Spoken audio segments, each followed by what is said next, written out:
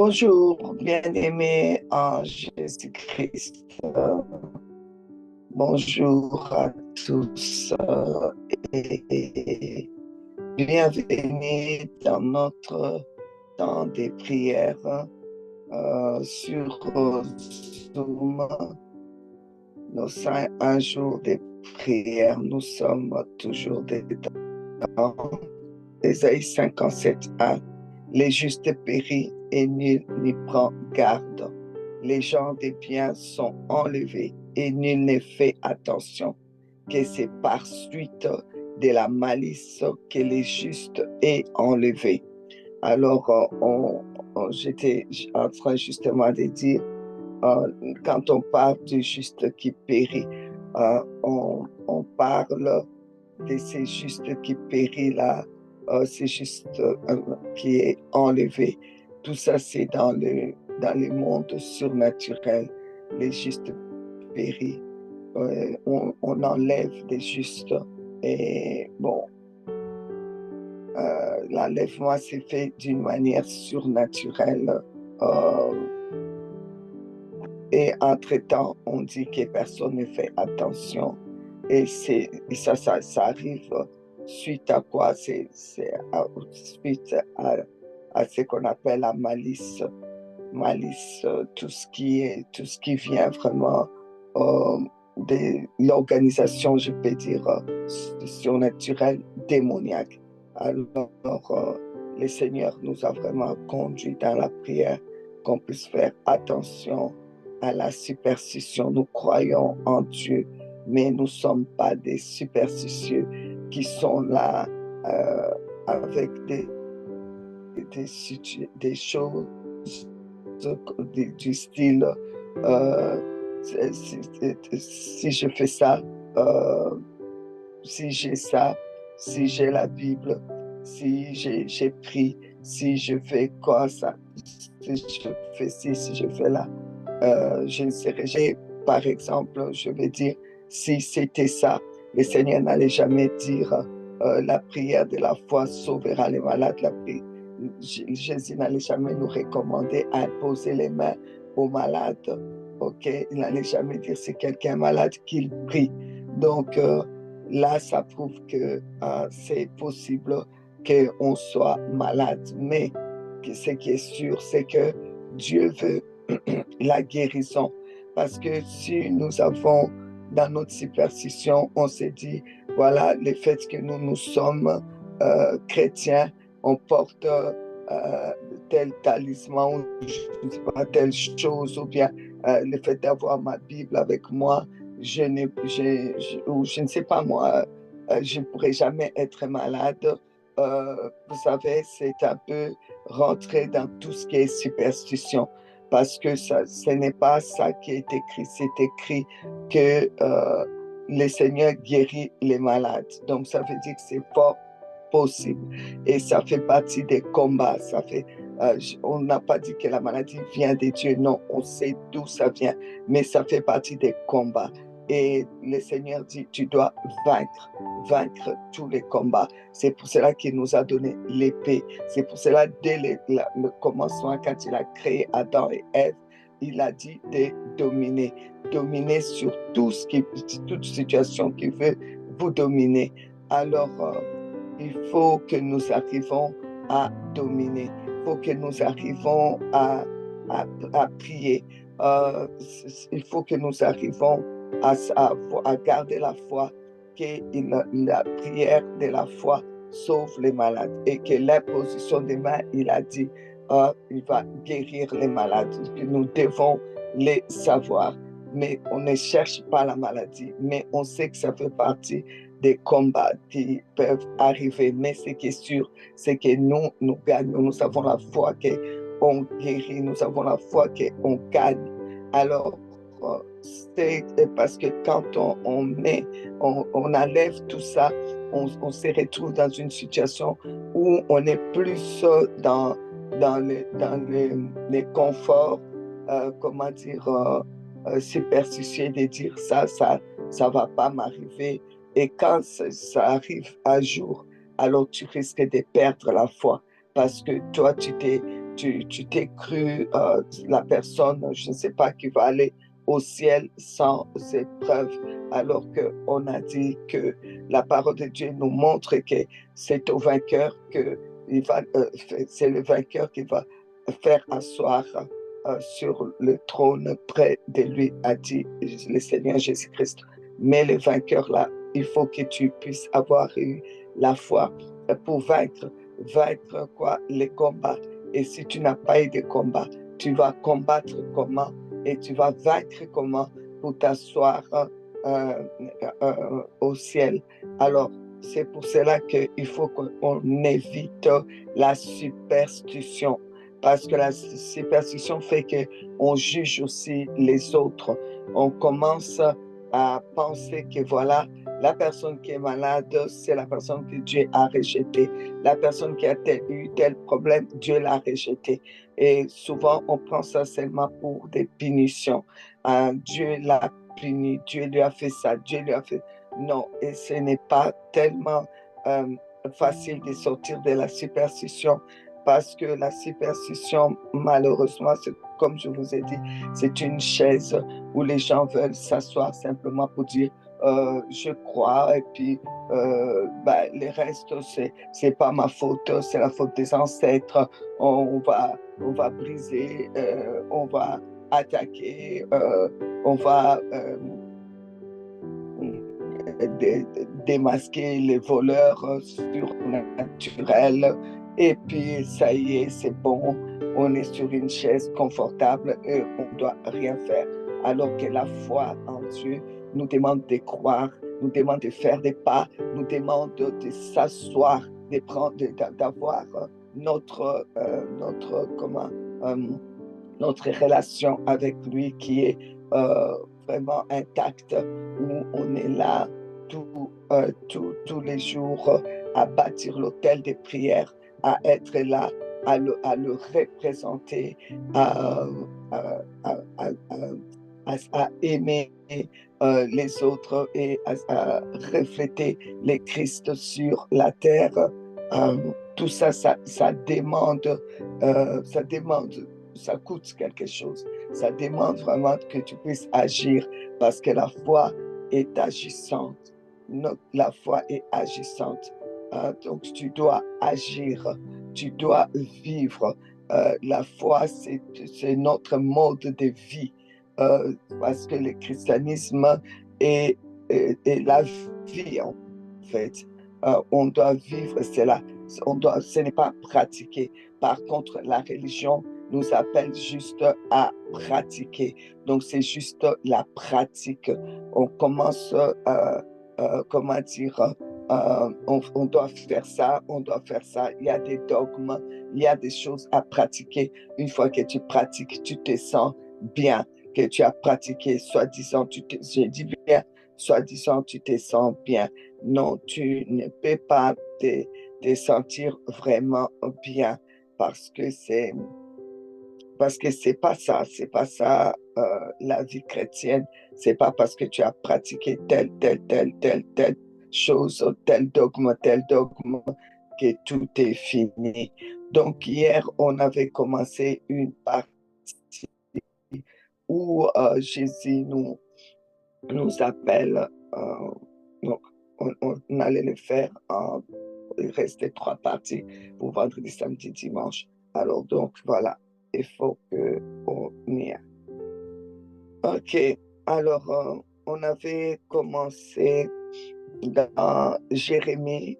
Hier, on avait lu Jérémie 48 ans, si je ne me trompe. Jérémie 48, 10.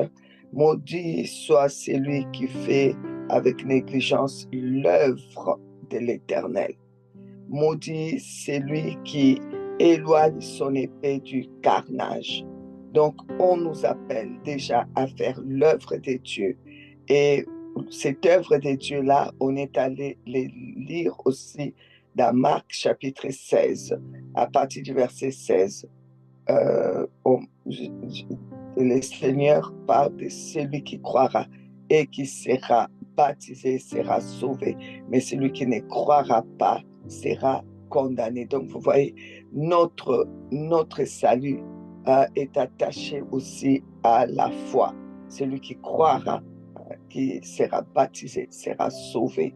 C'est pour cela qu'on dit que les symboles du baptême, le baptême dans l'eau par immersion, c'est vraiment suite à la foi. À la foi, F-O-I. Donc, si je crois, je me fais baptiser. Si je crois, ce qui prouve que je crois, que j'ai cru, c'est d'accepter par la foi d'aller me faire baptiser par immersion. Donc, je crois à ce baptême qui est une parole, une recommandation de Dieu, parce que ma foi est la foi de Dieu en Dieu. Donc, en Dieu, là, c'est en sa parole, en tout ce qu'il représente. OK? Donc, sa parole me dit, lorsque je crois, je me fais baptiser par immersion. On me plonge dans l'eau. Le baptême, c'est immerger. On vient m'immerger dans l'eau. C'est pour cela que c'est bien, je ne viens pas attaquer ceux qui baptisent les enfants, mais c'est là, ici, je parle des baptêmes vraiment de la foi, c'est-à-dire un bébé, on ne peut pas lui demander la foi, c'est un adulte qui doit croire. Et comme j'ai cru en tant qu'adulte, je me fais baptiser, je me fais baptiser par immersion, parce que je cru, parce que c'est signe de la foi. J'ai cru en Jésus-Christ, moi-même personnellement. C'est pas mon père qui a cru pour moi ou ma mère qui a cru pour moi et qui m'amène pour que je sois baptisé. Non, je suis adulte. C'est pour cela que bon, il y a beaucoup des églises protestantes, même évangéliques, qui baptisent ceux qui ont 15 ans, 11 ans, 15 ans, 16 ans. Moi, je me dis, est-ce que vous croyez qu'un enfant de 15 ans, 16 ans, c'est déjà même ce qu'il va faire à l'université? Est-ce qu'il peut prendre une décision disant, je crois maintenant, c'est ma foi qui marche. Je marche par la foi de Dieu en Dieu. Alors, je vais être immergé dans l'eau. Je vais recevoir ce baptême de la foi parce qu'il est écrit, c'est celui qui croira. Donc, celui qui aura la foi, alors il va se faire baptiser. Alors, la personne qui se fait baptiser, c'est par immersion. Et cette personne, la Bible dit, sera sauvée. Mais celui qui ne croira pas sera condamné. Alors, le verset 17, voici les miracles qui accompagneront ceux qui auront cru en mon nom. Il a bien dit en mon nom, parce que notre foi, c'est toujours c'est en notre Dieu. Il a dit en mon nom. Donc, nous avons la foi de Dieu en Jésus, la foi de Dieu en la parole, la foi de Dieu ou bien au nom de Jésus, la foi de Dieu en son sang, la foi de Dieu en tout ce qui, en sa personne, en tout ce qu'il représente. C'est pour cela qu'il y a, comme j'ai dit, l'autel de prière où nous sommes toujours assis avec notre Dieu, où on parle, on s'entretient avec notre Dieu, où on reçoit des recommandations. Alors, en mon nom, ils chasseront les démons, ils parleront des nouvelles langues, ils saisiront les serpents, s'ils boivent quelque breuvage mortel, il ne leur fera point de mal. Ils imposeront les mains aux malades et les malades seront guéris. Amen. Alors donc, on avait parlé un petit peu de diviser ça en trois et on avait hier prié par rapport à cela parce que quand on n'arrive pas à vivre cela, parce que, bon, on avait lu hier comment le Seigneur était avec ceux qui ont entendu et ceux qui sont partis prêcher cette bonne nouvelle. Le Seigneur était avec eux au verset 20. ils allèrent prêcher partout. Le Seigneur travaillait avec eux et confirmait la parole par les miracles qui accompagnaient. Alors donc, on en a parlé, on a dit voilà, ça commence par tu crois, ça commence, celui qui croira, qui se fait baptiser, voilà la suite, les miracles qui vont accompagner sa vie. Alors quand on est superstitieux, effectivement, c'est des choses qu'on a du mal à mettre en place. Alors on n'a pas de fruits, on n'a pas de fruits, il n'y a personne, depuis que tu es converti, tu as amené personne à Jésus-Christ. Tu n'as jamais imposé les mains à un malade. Tu n'as jamais pris autorité pour la délivrance de quelqu'un. Tu n'as jamais, mais jamais, jamais observé cela parce que toi, ta vie chrétienne, tu l'as vécue et tu l'as vis pour toi. Alors voilà, on avait commencé donc hier à prendre vraiment les temps dans la prière. Vous savez, beaucoup vraiment se sont répandus en disant vraiment, jusqu'à présent, moi, ça fait 20 ans, il y en a qui m'ont dit clairement, ça fait 20 ans, je suis à Jésus-Christ, mais je n'ai jamais vraiment amené, je ne peux pas m'asseoir et dire que je me suis multiplié, j'ai amené quelqu'un à Dieu. Donc, je me suis rendu compte que ma foi à moi était plus de l'ordre du surnaturel parce que je vais me protéger moi et mes enfants et ma famille. Et je suis content quand moi ça va bien, quand ma famille ça va bien. Je me sens béni quand il y a des choses qui vont bien. Et quand ça ne va pas, je ne me sens pas béni. Alors que quand tu es béni, tu es béni. Quand ça va, tu es béni. Quand ça ne va pas, tu restes béni. Tu restes dans la foi. Tu restes le juste de Dieu. Tu restes enfant de Dieu. Ou dans les moments de combat, tu es enfant de Dieu. Dans les moments des choix, tu es enfant de Dieu. Dans les moments de victoire, tu es enfant de Dieu. Dans les moments de persécution, tu es enfant de Dieu. Tu restes dans la foi et tu combats, comme dit la Bible, nous combattons. Nous combattons dans la foi. Nous combattons dans la victoire plutôt. Nous combattons dans la victoire. Nous restons dans la victoire. Quelle que soit la situation, nous restons les enfants de la victoire. Nous plairons dans la victoire. Il y a des moments de deuil qui peuvent frapper, mais nous pleurons dans la victoire et nous restons vainqueurs.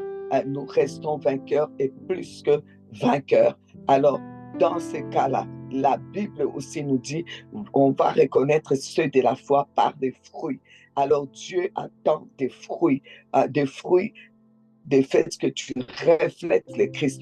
Tu ne peux pas refléter le Christ et ne pas amener des gens à Christ. Lui-même, c'est ce qu'il a fait. Il a évangélisé. Il a prié pour les malades. Il a prêché. Il a enseigné. Et ensuite, il a chassé les démons et tout.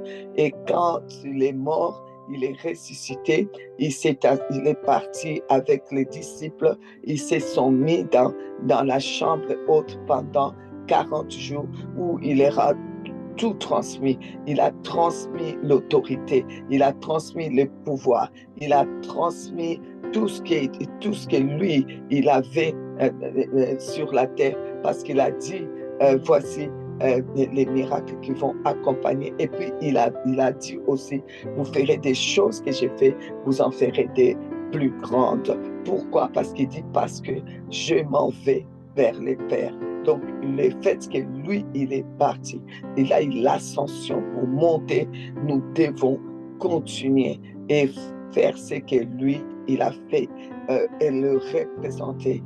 Être, c'est Jésus sur la terre. C'est ça la marche de la foi. Et toujours devant quelqu'un se dire, que ferait Jésus à ma place? Que ferait Jésus pour cette personne? Comment traiter cette personne? On a beaucoup parlé de fruits. Et Jésus lui-même avait dit qu'il y aura des loups, qu'il y aura des loups ravisseurs qui viendront pour faire plus détourner les gens, détourner leur foi. Aujourd'hui, on vit cela. On vit vraiment l'époque où on se bat On voit vraiment beaucoup de loups qui veulent seulement détourner la foi des dieux en Dieu. Ils veulent détourner les enfants des dieux. Ce sont des gourous, ce sont on met des vidéos bizarres. Il suffit de mettre de l'eau à côté de toi quand tu dors. Alors tu ne feras pas des mauvais rêves, ou tu ne seras pas attaqué, ou bien il suffit d'enlever les miroirs qui sont dans ta chambre, on ne te verra pas dans des casseroles, des sorcelleries ou des consorts, ou bien il suffit de prendre il suffit de prendre la Sainte Seine, ça y est, c'est bon. Donc, même s'il n'y a pas la foi, non, tu as pris la Sainte Seine, c'est bon. L'huile d'onction, eh ben, c'est bon. Tous les sels, eh ben, c'est bon, tous des trucs comme ça. Et sans même la foi, il suffit de mettre ta Bible ouverte à côté de ton lit. Vraiment, on essaie de tout faire pour noyer la foi. Mais la foi, nous devons marcher par la foi. Et la foi doit produire les fruits qui vont rester. C'est-à-dire les âmes que tu amènes à Jésus-Christ ça va rester. L'opération de tout ce que Jésus a dit, le fait que tu as cru, que tu t'es fait baptiser, tu as pris la décision de la foi de te faire baptiser. Maintenant, il dit, voilà des choses qui doivent te suivre. Voilà des fruits qui doivent venir de ces manguiers qui a grandi. Il doit avoir des mangues. Ils seront d'abord, ça sera petit, après ça sera vert, après ça sera mûr, après on peut les manger, après on peut le replanter, après ça va produire.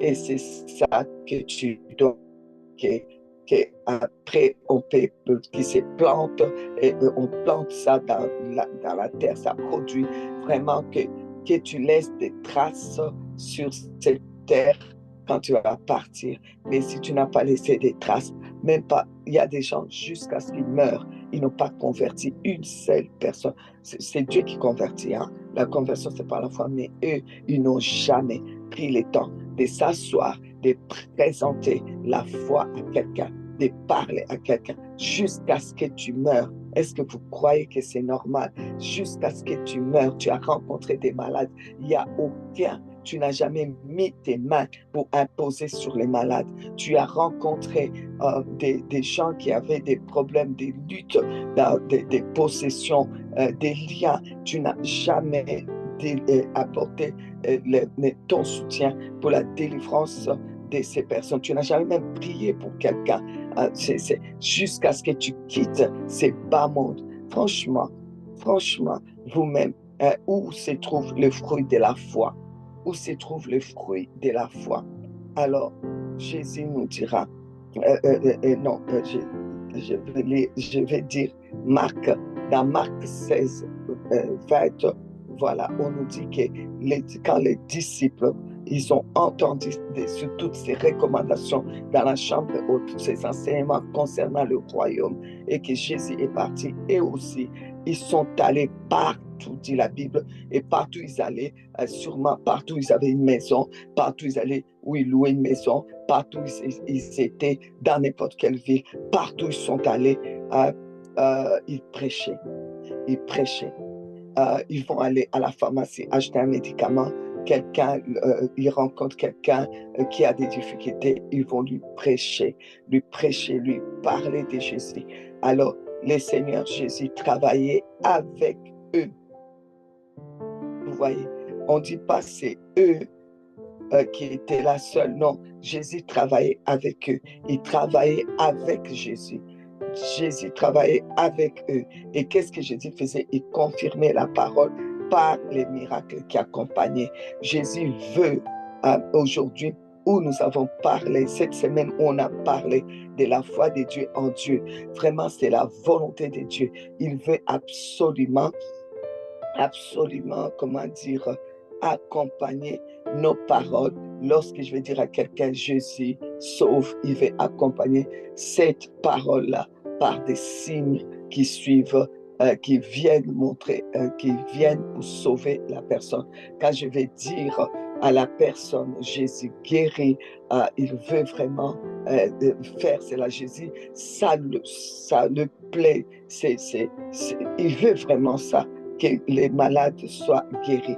Alors donc, maintenant, c'est toi qui dois bouger. Vous voyez la différence entre la superstition et la, la foi. Parce que la superstition, c'est juste tout autour de moi, pour moi. Tant que moi, ça va bien, tout va bien.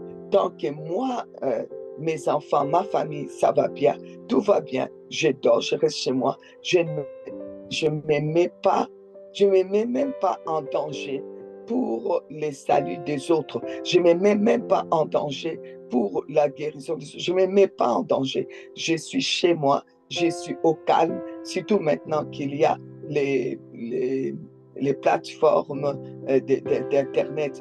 Beaucoup sont chez eux. Ils ne font que des vues. Papa, papa, papa, papa, et ne fait pas comme ça, et ne fait pas ça, et marche comme ça, et fait ça. Et puis après, envoyez-moi vos offrandes. Et les gens, bam, bam, bam, bam, bam, vendez vos maisons et donnez-moi. Les gens sont en train de courir.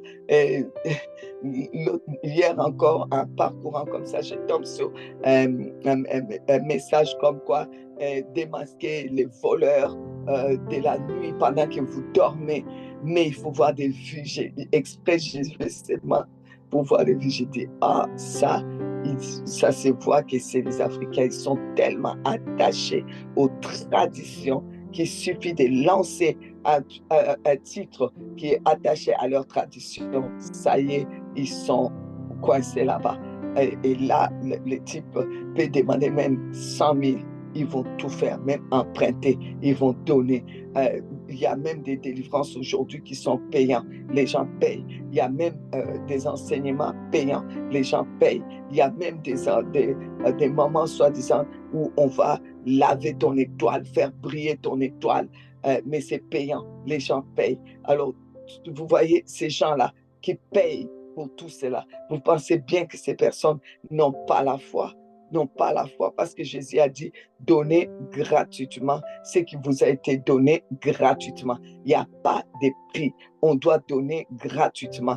Mais a dit aussi, celui qui prêche l'évangile vivra par l'évangile. Mais ce sont des offrandes volontaires.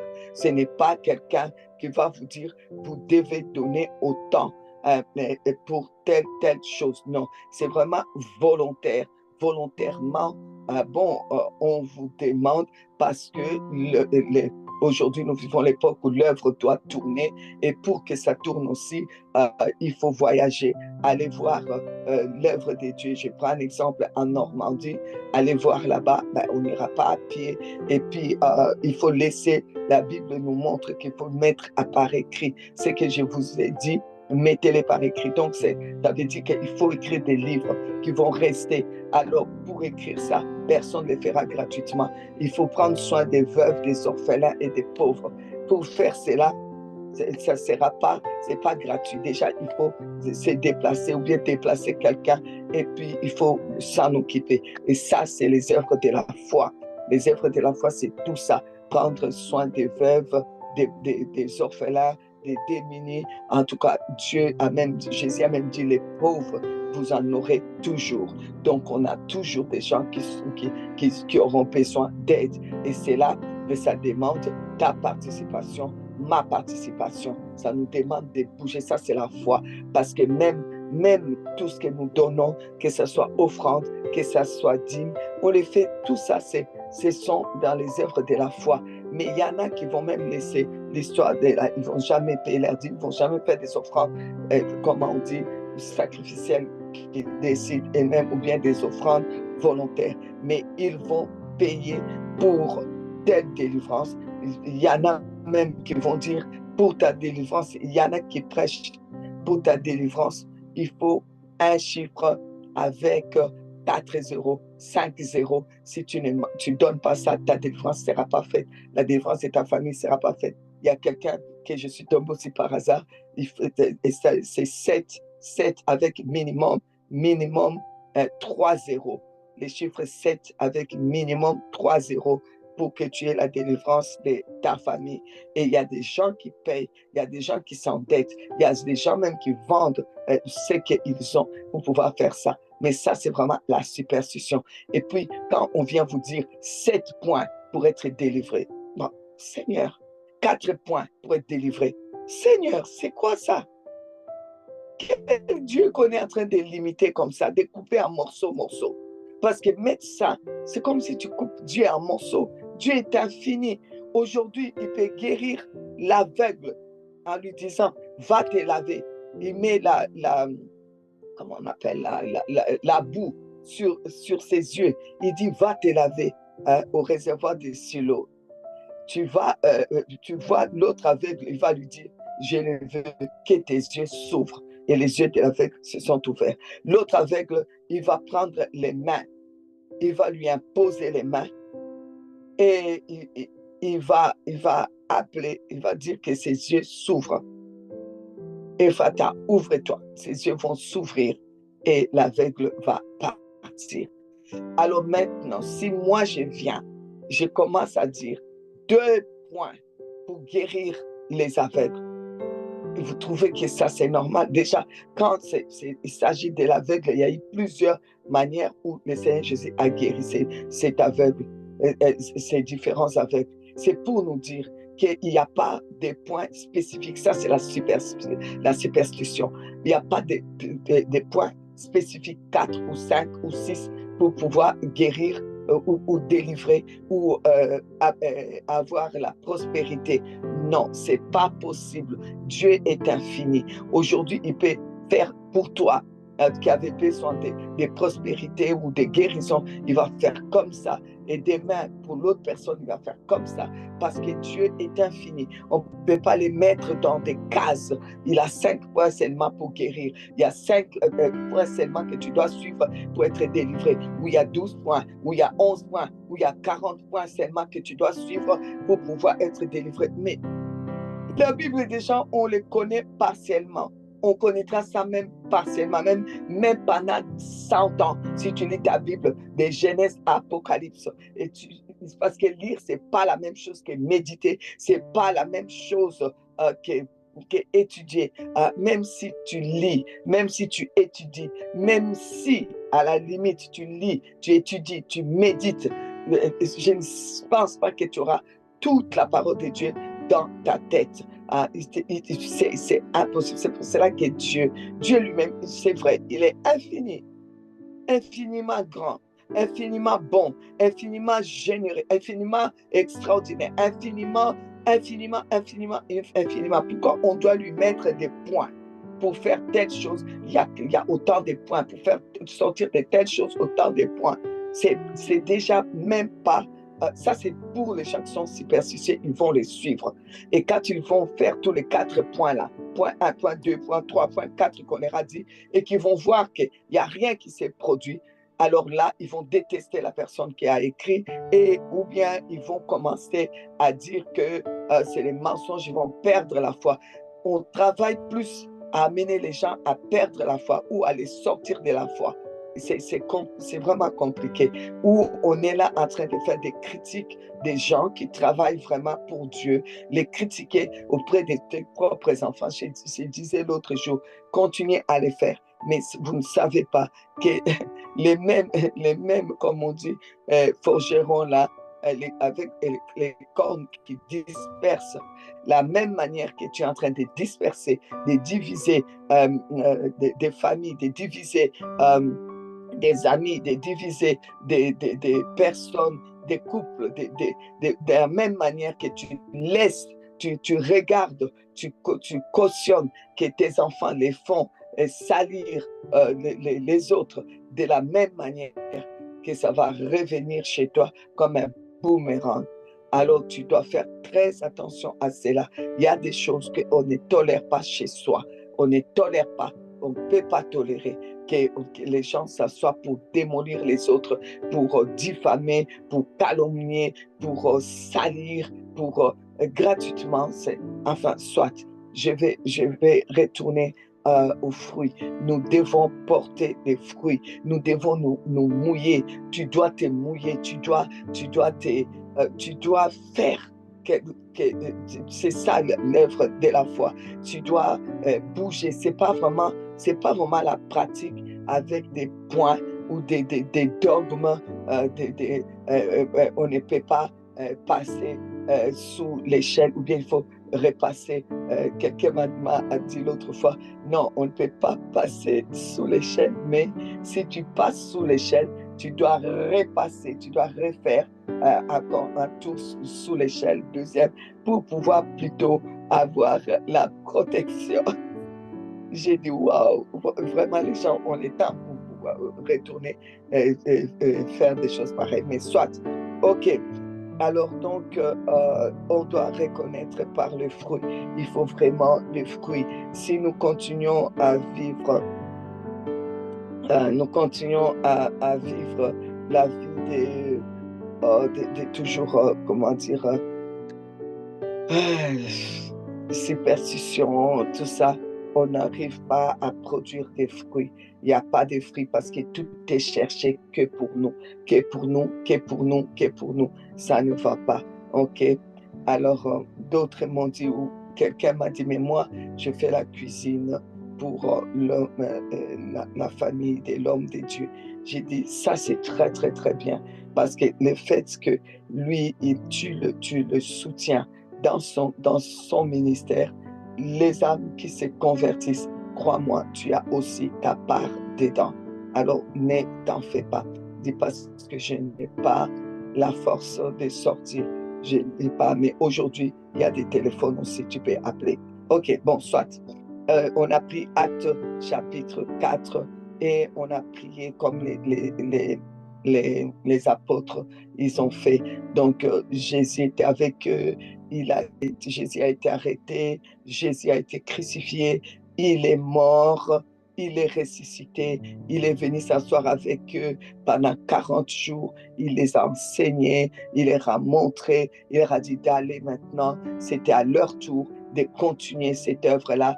Et ils ont, ils ont reçu le Saint-Esprit après qu'ils étaient enfermés dans la chambre haute, après 40 jours là, que Jésus est monté, donc Jésus est monté au ciel, après les avoir enseignés, dotés de tout ce qu'il fallait. Alors, ils sont rentrés dans la chambre haute pendant 40 jours, attendre le Saint-Esprit comme le Seigneur avait prévu et comme le Seigneur avait aussi promis. Le Saint-Esprit est arrivé et après cela, ils sont sortis, ils ont commencé à prêcher partout, à bousculer ces mondes, à opérer des miracles, des signes, des prodiges. C'était vraiment juste waouh. Alors, qu'est-ce qui se passe? Alors, on commence à les persécuter. Le Seigneur avait prévu cela, sa mère avait prévu cela. Il avait dit qu'il avait levé la main pour leur dire que des choses comme ça vont arriver.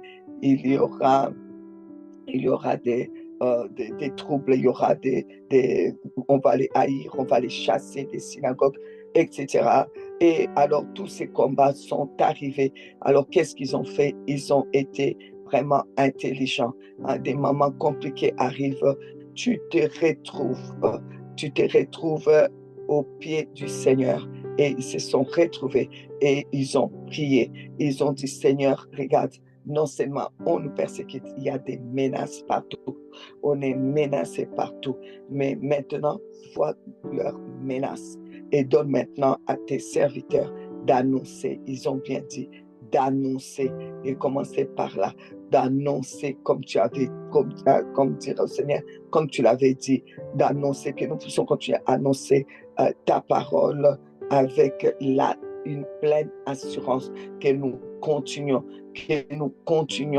à faire tout pour que ta parole soit annoncée, que nous puissions mettre tout, faire, donc faciliter le travail à à ton serviteur de Dieu, à ta servante de Dieu, pour que la parole soit annoncer, que nous puissions nous-mêmes avoir l'opportunité d'annoncer ta parole, que nous puissions avoir l'opportunité d'ouvrir nos maisons en cellule de prière, même s'il n'y a que 2 personnes, même s'il n'y a que le père, la mère et l'enfant, même s'il n'y a que 3 personnes, mais en tout cas, notre maison est ouverte et nous disons, Seigneur, que notre maison soit appelée maison de prière. Voilà, ouvert.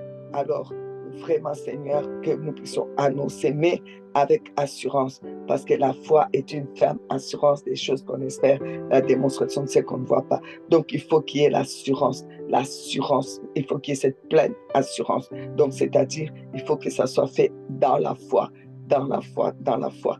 Alors, ensuite, ils ont dit, étends ta main. Ils ont parlé au Seigneur, donc au verset 30, d'étendre la main pour que ça reste seulement pas des paroles, mais que ça soit suivi des fruits, qu'il y ait des guérisons, ils ont mis, des miracles, ils ont mis, et des prodiges, par les noms, le verset 20 de Acte 4, par les noms de Jésus. Acte chapitre 4, verset 30, j'ai dit 20. Acte chapitre 4, verset 30. Alors, donc c'est là qu'on a dit, bon, on allait parler, on a parlé d'abord d'annoncer, comme c'est aussi dans Marc 16. On a commencé d'abord hier de ça. Et aujourd'hui, on allait parler de la suite, c'est-à-dire guérison, miracle, prodige. Amen. Guérison, miracle, prodige. On va refaire cette prière-là les jours qui restent. On va reprendre ça dans Acte 4, Acte 4 à partir du verset 27. On reprendra ça pour pouvoir faire la prière.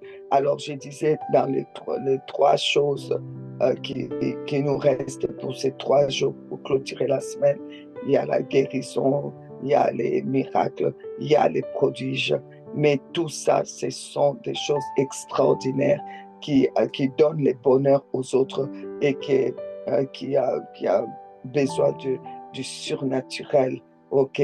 Alors, aujourd'hui, je pense qu'on va plus traîner sur la guérison. La guérison, vous voyez, le Seigneur Jésus, comment il nous a dit, ils imposeront les mains aux malades et seront guéris.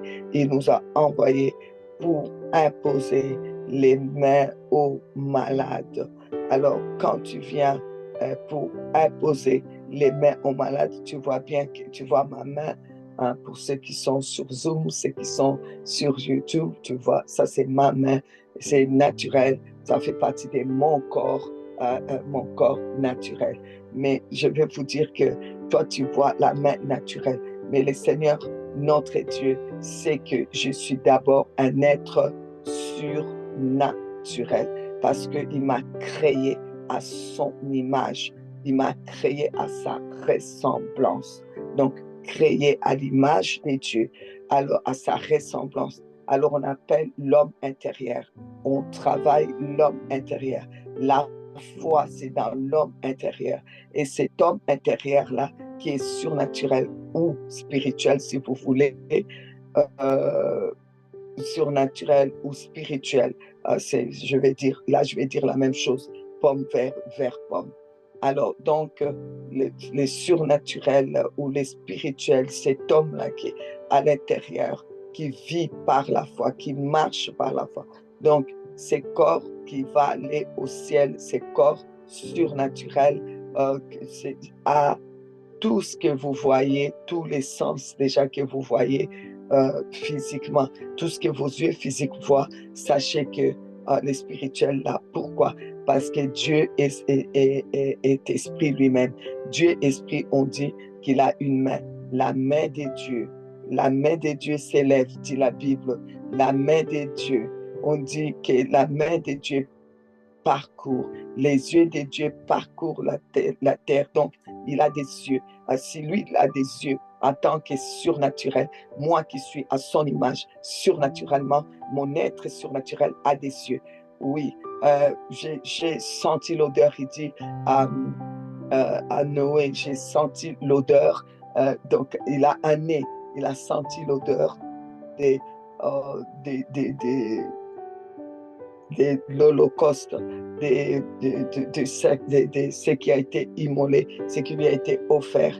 alors il a senti l'odeur, il a un nez. Si Dieu a un nez, moi aussi j'ai un nez spirituel.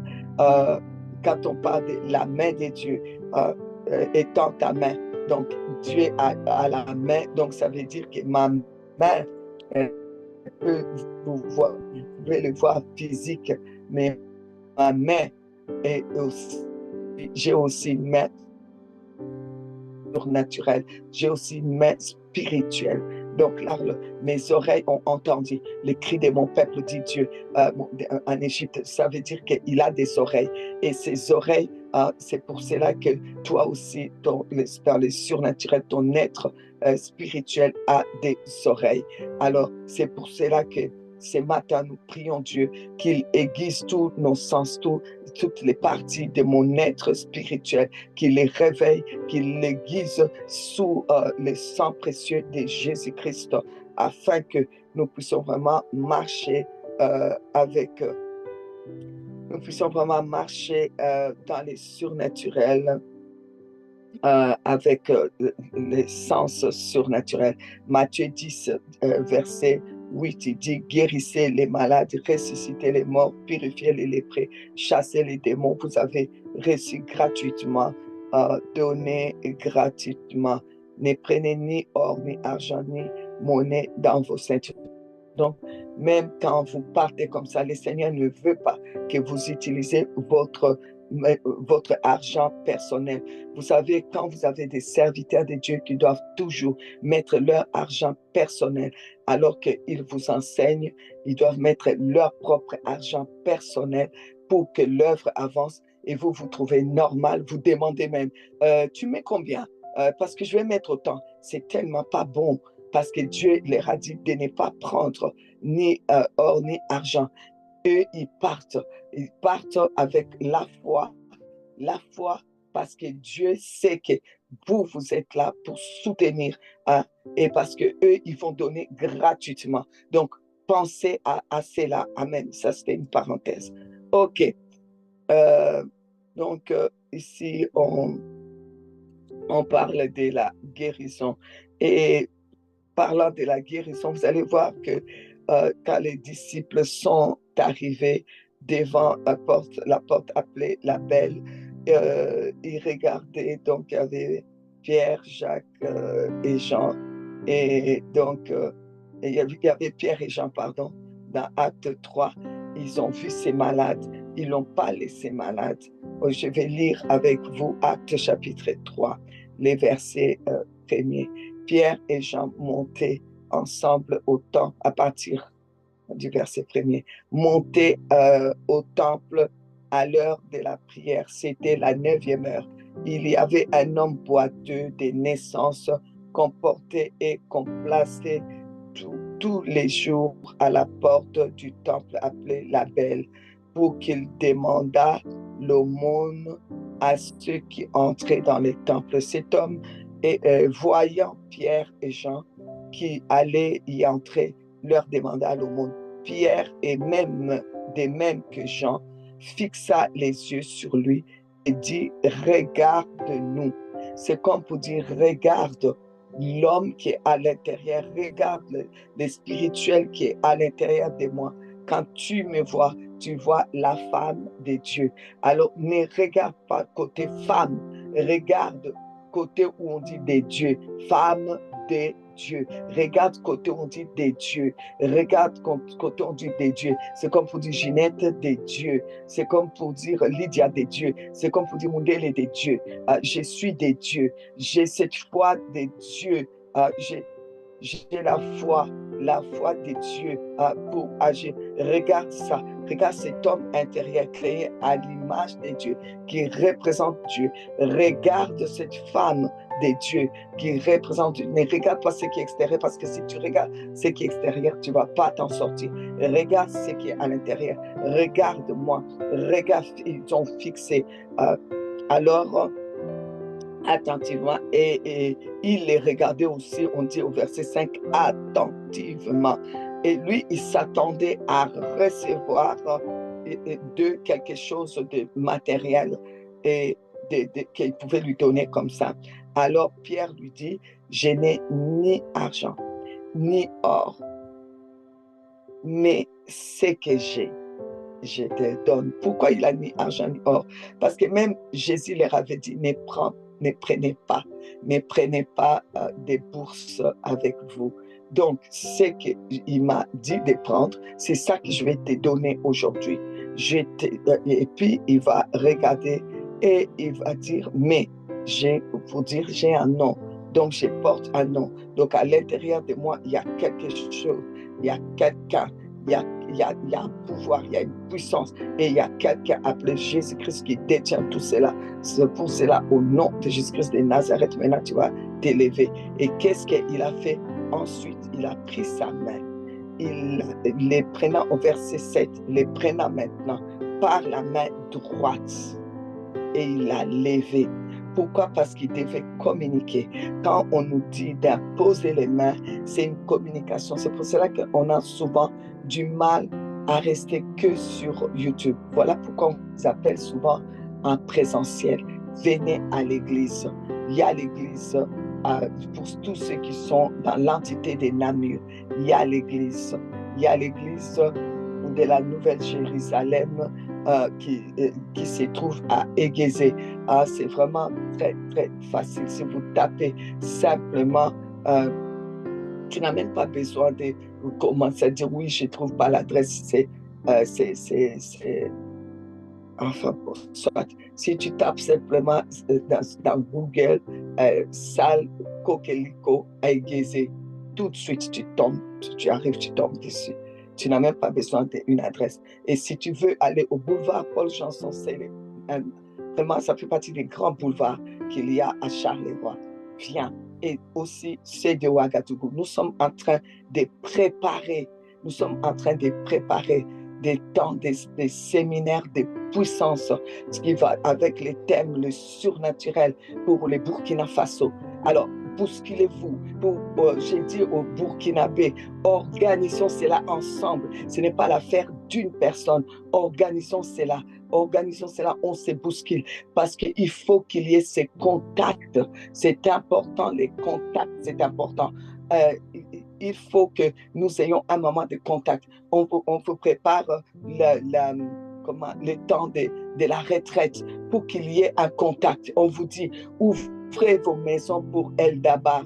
On viendra chez vous. Je vous dis encore aujourd'hui, on viendra chez vous. Même si vous dites que nous sommes que 3 personnes, mais nous prions régulièrement à cet endroit, dans cette ville, dans ces pays, on viendra chez vous. Le Seigneur pourvoira. Le Seigneur pourvoira, lui qui nous a dit de ne pas prendre or ni argent. Je n'ai ni or ni argent, mais ce que j'ai, je suis prêt à les donner. Je suis prêt à donner mon temps. Je suis prêt à donner tout ce qu'il m'a donné. Je suis prêt à vous transmettre cela. On va venir chez vous. Ça ne peut pas s'arrêter sur les Zoom ou YouTube où on se regarde. Non, c'est possible. Si vous êtes en Europe, si vous êtes en Belgique, vous êtes en Europe, c'est possible qu'on puisse se voir parce que ces contacts doivent se faire. Il sait pourquoi il a parlé de ces contacts. Il y a beaucoup de choses à l'intérieur de toi qui peuvent partir qu'avec les contacts. Et souvent,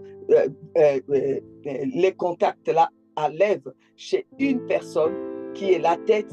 Et quand ça va enlever quelque chose chez cette personne qui est la tête, ça va enlever aussi sur ceux qui suivent. Parce que c'est comme ça. Ça fait partie de ce qu'on appelle miraculeux. Tout est extraordinairement, ou si vous voulez, je vais inventer extraordinairement, miraculeusement. Donc, tout est et puis prophétique, et puis spirituel, et c'est tout ce que vous voulez, même quand il dit d'imposer les mains là, c'est pour quelque chose. C'est pour cela que souvent on impose la main sur la tête. Et quand on impose la main sur la tête, ça veut dire que quand on arrache cette maladie, c'est pour que cette maladie soit enlevée depuis la tête jusqu'à. Il ne faut pas que ça suive d'autres personnes. Il ne faut pas que ça devienne quelque chose d'héréditaire. J'ai parlé avec ma belle-sœur qui est aux États-Unis, la sœur de mon mari, qui a eu un tumeur au cerveau. qu'on devait opérer.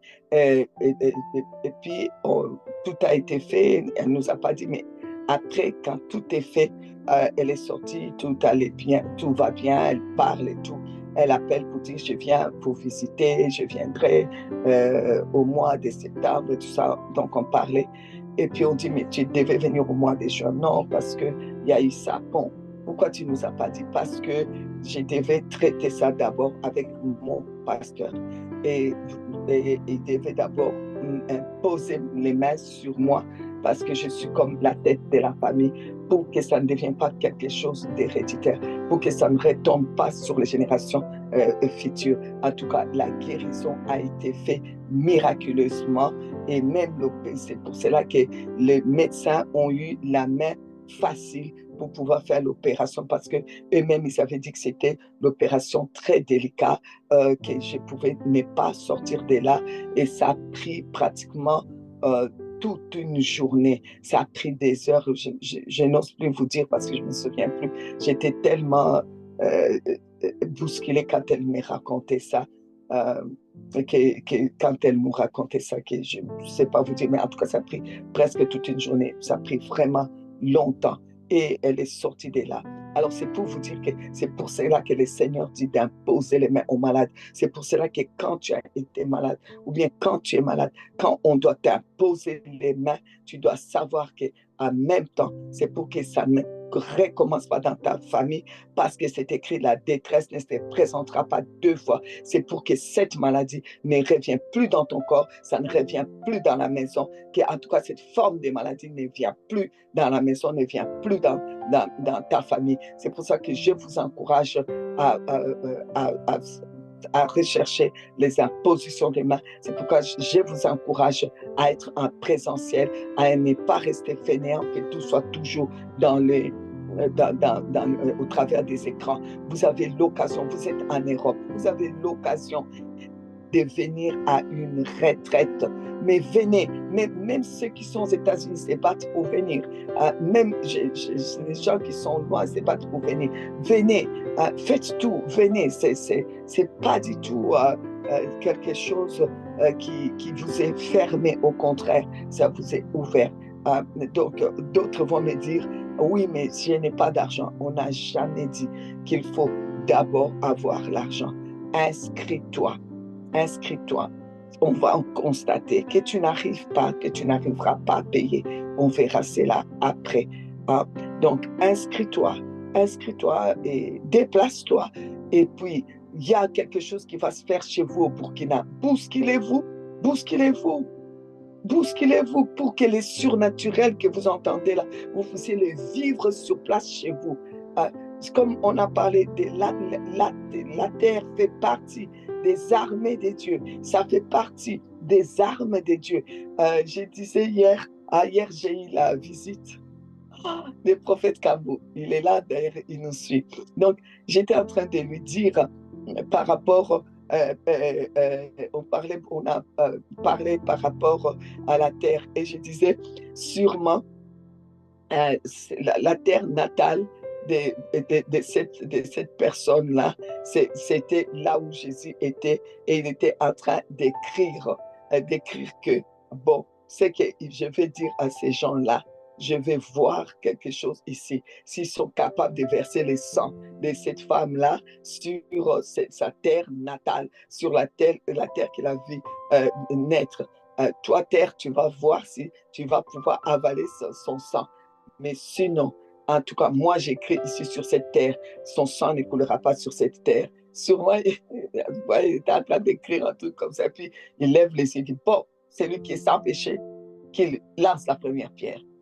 Alors qu'il était en train d'écrire d'abord sur la terre pendant que les gens étaient en train de lui parler.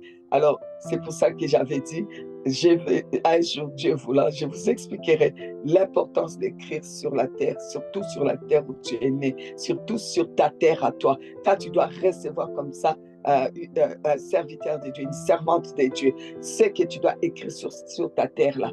Elle vient sur ma terre. C'est que j'attends, Seigneur, de cette personne qui est femme de Dieu.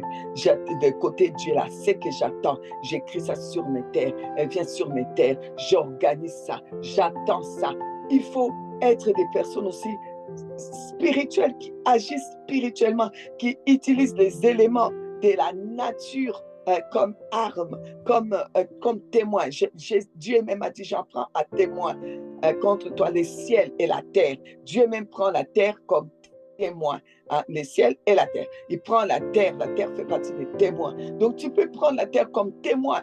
Voilà, je te prends comme témoin. J'écris ici sur cette terre, j'organise, je vais tout faire, je vais organiser l'avenir de la femme de Dieu chez moi, ici, en Vendée, ou en Normandie, ou aux États-Unis, ou je ne sais pas moi, là où je suis né, dans ce pays, où je vis dans ce pays, où je paye mes impôts dans ce pays. Elle va venir, j'organise, j'ai même mes enfants dedans. Alors, ce que j'attends, c'est ça. Ça doit se faire sur les terres, sur ces terres de mes ancêtres, sur ces terres où je paye mes impôts, sur ces terres où je travaille, sur cette terre où je suis venu, j'ai fait mes études, je marche dessus, je marche ici. Il va se passer ça. Pour avoir, vous voyez, ça, ce sont des choses, des œuvres de la foi. Ça, ce sont des œuvres de la foi. Et voilà, ok, soit. Bon, on revient à l'imposition des mains. Vous voyez que personne ne peut donner 1.2 les points 1.2 pour faire des choses. Vous voyez très bien que Dieu est infini. On commence par une chose, regarde, il y a tout un enseignement qui vient comme se découler de ça. On a commencé à parler de la position des mains, on va commencer à parler de l'écriture par terre, sur la terre. J'étais en train d'écrire. On vous avait dit que j'avais lu dans Jérémie, où Dieu même, où la Bible même parle à la terre. Donc, c'est tout ce que Dieu a créé, il a mis sa parole. Donc, il a créé avec sa parole. Donc, sa parole est dedans. Donc, ils ont des oreilles aussi pour entendre, et ça peut être des armes ou une armée pour toi, ou un témoin comme la terre peut être un témoin de quelque chose qui doit se faire là. Ok, donc voilà. Tout ça, c'est pour parler de la position des mains. Vous voyez qu'on ne peut pas limiter Dieu là. On ne peut pas limiter Dieu. De l'imposition des mains, regardez, on rentre là, et puis ça va là-bas, et puis ça va.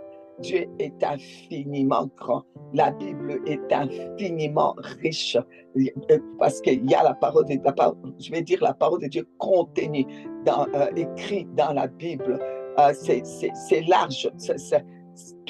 Tout, je vais dire, de un mot, tu vas sortir plein de choses et tu vas dire, mais c'est pas écrit mot à mot. Mais oui, justement, parce que c'est riche, parce que c'est infiniment riche, infiniment puissant, infiniment. Donc, avec un mot, avec un verset, tu peux prêcher presque toute ta vie, si tu veux. Et il y aura toujours des nouvelles choses, des nouvelles révélations à sortir de là, à sortir de là. Alors, voilà pourquoi je suis souvent choquée quand on écrit 7 points pour être délivré des femmes de nuit, 10 points pour sa délivrance. Voilà pourquoi je suis choquée quand j'ai lu ça. Parce que, bon, voilà. Ça, c'est moi. Hein. Je n'ai pas dit que ça doit être comme ça pour vous. Alors, donc, ils ont pris sa main. Donc, il faut ces contacts, ces points de contact,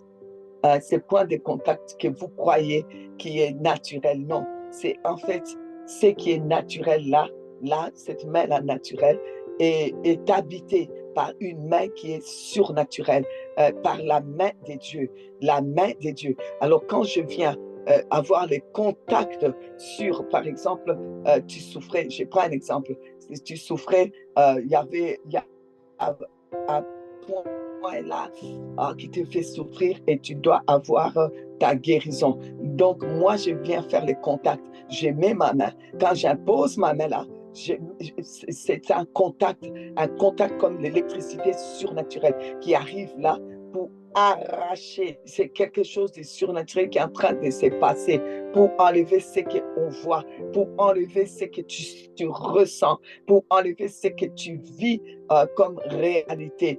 Et en même temps, pour effacer ça de ta lignée, que tous ceux qui sont avec toi, que que ça ne leur arrive pas et que cette chose ne se répète pas chez toi. Vous voyez, c'est pour cela qu'il faut qu'il y ait le contact de la main. C'est ça, avoir vraiment le fruit de la foi. Et avoir la foi, c'est oser imposer la main sur Marie-Jeanne qui souffre, par exemple, des cancers. J'ai dit ça comme ça, qui souffre des cancers de l'estomac. C'est important de lui imposer les mains. Quand tu lui imposes les mains,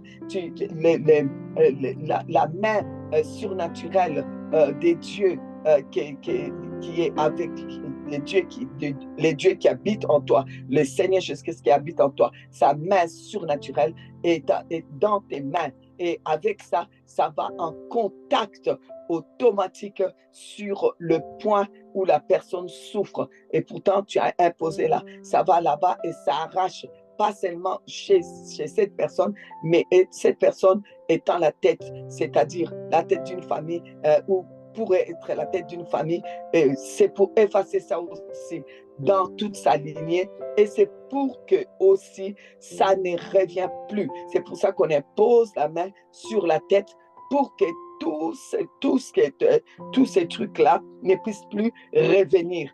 La détresse ne se présentera pas deux fois, que ça soit effacé, que la même maladie ne puisse plus se reproduire, ça ne peut plus revenir. Il faut que ça reparte. Il faut que ça parte complètement. Et donc, on impose les mains. Mais n'oubliez pas que souvent, les maladies viennent du diable. C'est pour cela qu'on chasse les démons. Tout cela dépend des discernements que vous faites. Mais en tout cas, tu chasses les démons. Tu chasses les démons de cette maladie-là. Tu le chasses parce que souvent, ce sont les esprits méchants, mauvais, qui amènent des infirmités et des maladies. Tu chasses. Quand tu dois produire la foi, tu dois chasser. Tu chasses les démons et tu mets ta main maintenant et tu arraches cette douleur. Oui, Dieu peut vous voyez que Dieu n'est pas limité. Il peut aussi te dire, vas-y, touche carrément sa main aussi là où il a mal. Touche carrément son bras là où il a mal. Donc, mais tu commences là et tu vas voir de là, il peut t'amener aussi à aller arracher. En général, quand c'est démoniaque, il t'envoie toujours aller touche son ventre, là où il a mal. Vas-y, touche, arrache là-bas. Vas-y, arrache là-bas. Mais ça commence toujours, tu apposes là pour pouvoir enlever complètement. Alors, les apôtres, ils ont envoyé la parole. Ensuite, ils sont partis toucher la personne, l'apôtre, pardon, ici, au verset 37, maintenant a pris la main et puis a tenu la personne et l'a fait lever. Alors, pour dire maintenant, tu ne restes pas assis. Quand vous avez prié pour des personnes, ne les laissez pas par terre, ne les laissez pas assis, ne les laissez pas dans la position où ils étaient. Il faut qu'ils se lèvent. C'est pour cela qu'on dit, la personne qui ne marchait pas, fais-les marcher. La personne qui ne parlait pas, fais-les parler directement. La personne qui avait des douleurs là, fais-les toucher directement, qu'ils proclament directement sa guérison. Ne les laisse pas comme ça. Quand on prie pour vous, vous aussi, levez-vous, proclamez directement. Il faut prendre les choses en direct, ok? Alors, on dit, en verset 7 ans, je le relis, et les prenant par la main droite, il les fit lever au même instant ses pieds et ses chevilles devinrent fermes. D'un saut, il fit debout, verset 8, et il s'est mis à marcher. Il entra avec eux dans les temples, marchant, sautant et louant Dieu. Vous voyez, la personne s'est levée, la personne va aller à l'église, la personne va louer Dieu, la personne va aller témoigner Dieu. Vous voyez, on va parler de la grandeur de Dieu. Amen. Alors, si là, ils auraient imposé les mains et qu'il n'y aurait pas eu quelque chose, cela ne veut pas dire que tu dois abandonner ou être découragé. Non, non, non, non, non. Ça peut être, Dieu, vous savez, Dieu, c'est le Dieu aussi qui est avec nous dans toutes les circonstances qui peuvent arriver. Il ne nous abandonne pas. Ça pouvait arriver aussi qu'ils ont fait tout ça et que la personne n'a pas trouvé sa guérison. On ne va pas commencer à dire, est-ce que c'est la faute de la personne qui n'avait pas la foi, ou bien c'est ma faute, je n'avais pas assez la foi. Non, il ne faut pas marcher comme ça. Il faut continuer. Si à 2 pas, il y a encore une autre personne, tu refais. Si à 3 pas, il y a encore une autre personne, tu refais. N'abandonne jamais. La foi n'abandonne pas. La foi ne se décourage pas. Jésus a dit, prenez courage. Alors tu prends courage, tu continues. Alors il y a des personnes qui m'ont dit, moi je ne pose plus les mains parce qu'une fois, oh, j'ai rigolé avec ça, quelqu'un était très malade. Un de ses voisins était malade. Alors, la personne a proposé à la femme du voisin, est-ce que je peux venir imposer les mains sur ton mari? Et je crois que ton mari va guérir. Alors, il est parti imposer les mains. Et finalement, qu'est-ce qui s'est passé? Dès qu'il est sorti, l'homme est mort. Et quand l'homme est mort, bon, le temps a passé, la femme est tombée malade. Il demande à la femme, est-ce que je peux venir prier pour toi? Oh non, non, non, la dernière fois que tu as imposé les mains à mon mari, il est mort directement. Non, non, non, non, tu ne viens plus dans ma maison pour imposer les mains à qui que ce soit. Donc, et lui, à partir de là, il a été découragé. Et il a été tellement découragé qu'il n'a plus jamais voulu imposer les mains. Ne faites pas ça, ne vous découragez pas. Amen, amen. Alors, on est prêt pour l'imposition des mains, on est prêt, on comprend c'est quoi la guérison miraculeuse, on comprend c'est quoi la guérison qu'on commence par la délivrance. Alors, nous prions.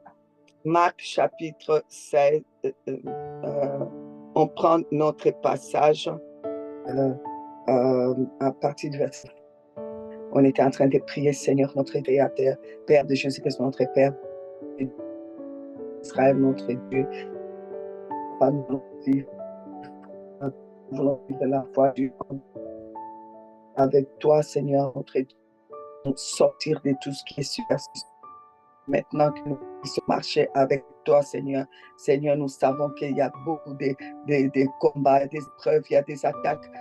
Mais Seigneur, vois les menaces qui pèsent sur tes... Voilà, nous sommes arrivés à la fin que le Seigneur étende sa main. Alors, je laisse la place à l'administration. Le 61e attribut du nom de Jésus, c'est le Sauveur. Le Sauveur, et le verset, c'est Luc 2. Amen. Le Sauveur, Luc 2, 11. Amen, amen, amen. Les sauveurs nous aident cette journée à marcher vraiment avec la puissance de la guérison. Amen. Que le Saint-Esprit de Dieu nous remplisse de la puissance de la guérison au nom de notre seul Sauveur, Jésus-Christ. Amen. Il est le Sauveur. Il n'est pas un des sauveurs, il est le Sauveur, l'unique Sauveur. Amen, amen, amen, amen. Que Dieu vous bénisse. Passez une très belle journée dans le sang de Jésus. Nous sommes à demain. Amen, amen, amen.